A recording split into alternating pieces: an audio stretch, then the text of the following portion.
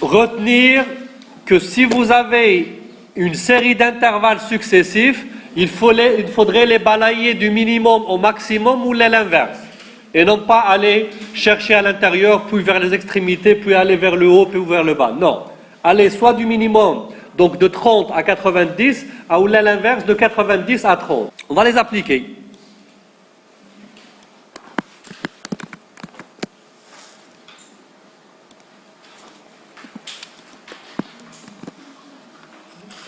Alors,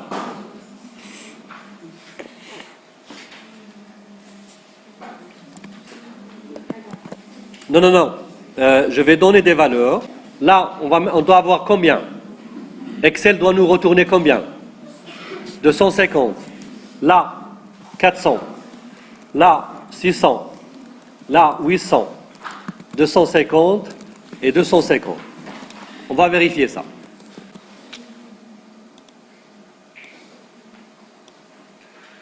« 400, 600, 800, 250, 250 et c'est valable. Et c'est correct. On va reprendre l'autre.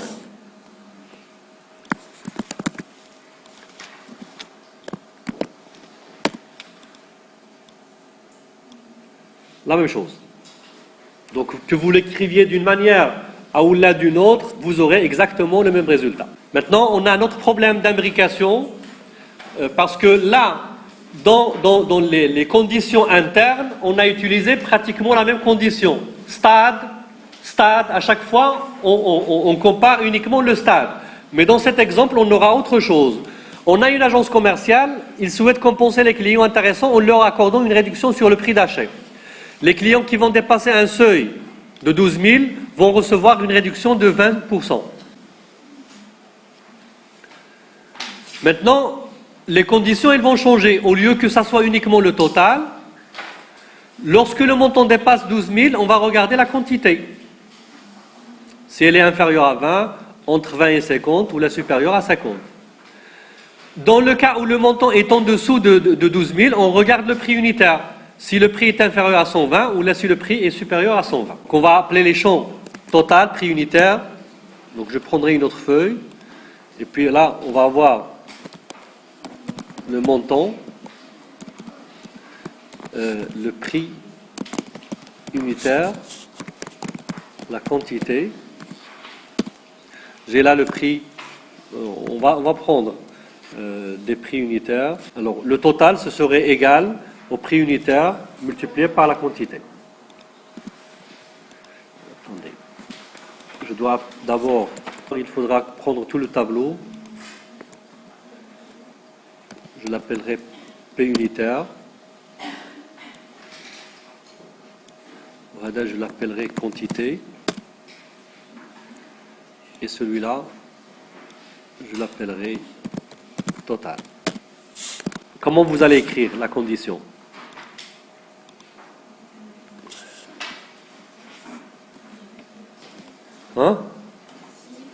Si total est supérieur à 12 000, point virgule. Si quantité, là, il faut commencer par l'intervalle le plus bas. Donc, inférieur à 20, point virgule. On va mettre total multiplié par 0,3. Point virgule. Si, parfait. Quantité est inférieure, donc c'est inférieur à 50. Point virgule, total 25. Virgule, total fois 0,20. Donc là, on a terminé le calcul si jamais la condition est vraie, si jamais le total est supérieur à 12 000. Donc cette série de si, elle concerne les situations où le total est supérieur à 12 000. On va traiter le cas contraire. Si jamais le total ne dépasse pas 12 000, si le prix unitaire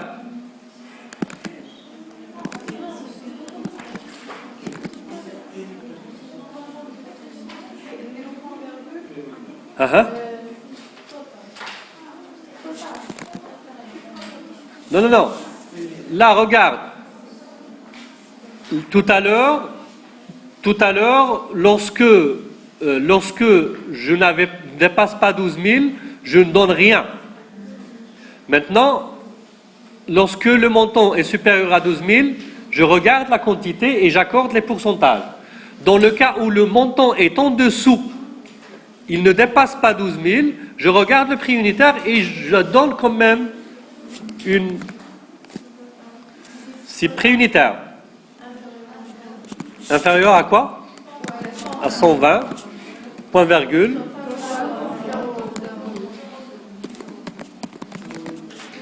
Sinon, ce serait total multiplié par 0,10. Et je ferme, et je ferme.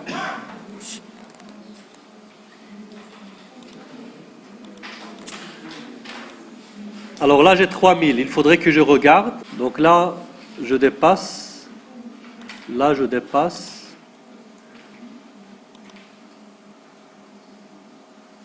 « 20, je dépasse. 75, je dépasse.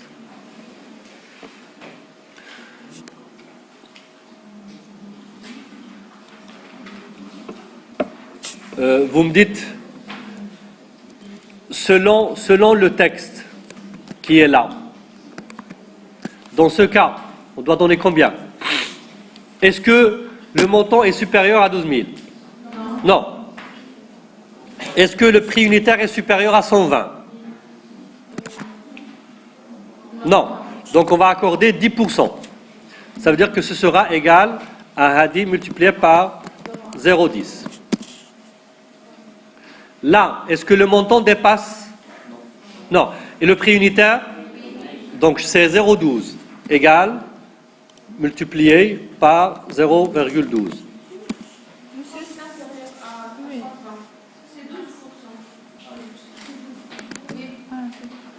Donc j'ai inversé. Non, c'est bon, c'est bon. Donc là, c'est 0,12 ou hada huwa les 0,10. Maintenant, j'ai un montant qui dépasse. Est-ce que la quantité, on est dans quelle catégorie? Hada, la quantité 100. Supérieur à 50, c'est 20%. Donc égal à total, multiplié par 0,20. Hna, quelle catégorie? Entre 20 et 30, donc c'est 25%.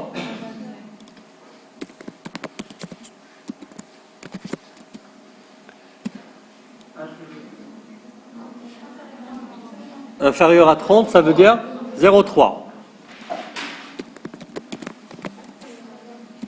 Et là? Supérieur, donc ça veut dire c'est 0,20.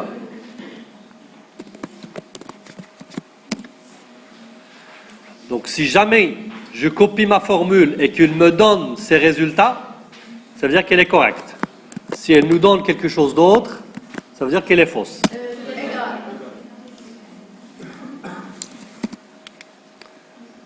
Jusque-là, c'est bon.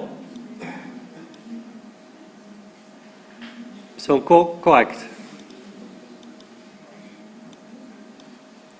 Correct.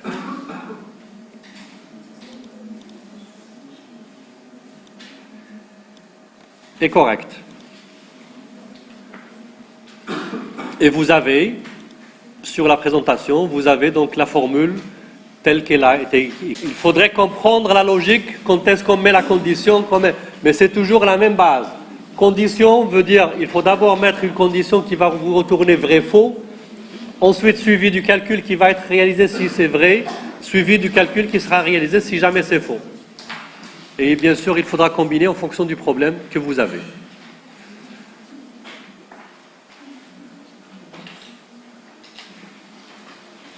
Oui, donc là, vous pouvez essayer, vous avez déjà la réponse, mais pour cet exemple, avec l'exemple tout à l'heure de bourg favorable, défavorable, on a ajouté d'autres conditions.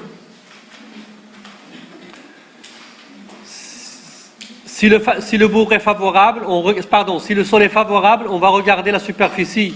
Si elle est supérieure à 20, la prime est de 10% du coût. Alors que dans le cas contraire, elle est de 5%. Pour le défavorable, on regarde le prix unitaire. S'il est supérieur à 25 000, la prime de réduction représente 40% et elle n'est que de 25% dans le cas contraire. C'est encore moins compliqué que cet exemple. Parce que là, à chaque fois, vous avez deux conditions. Et voilà comment ça se présente. Logiquement, si le sol est favorable, on va regarder la superficie. S'il est défavorable, on va regarder le prix unitaire.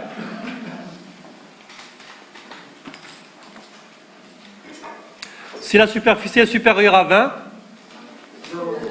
c'est 10%.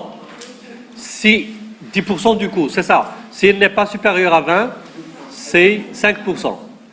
Dans le cas où le prix unitaire est supérieur à 25 000, c'est 40%. Dans le cas contraire, c'est 25%. La prime, elle est proportionnelle au coût. Maintenant, 25% de quoi? 25% du coût.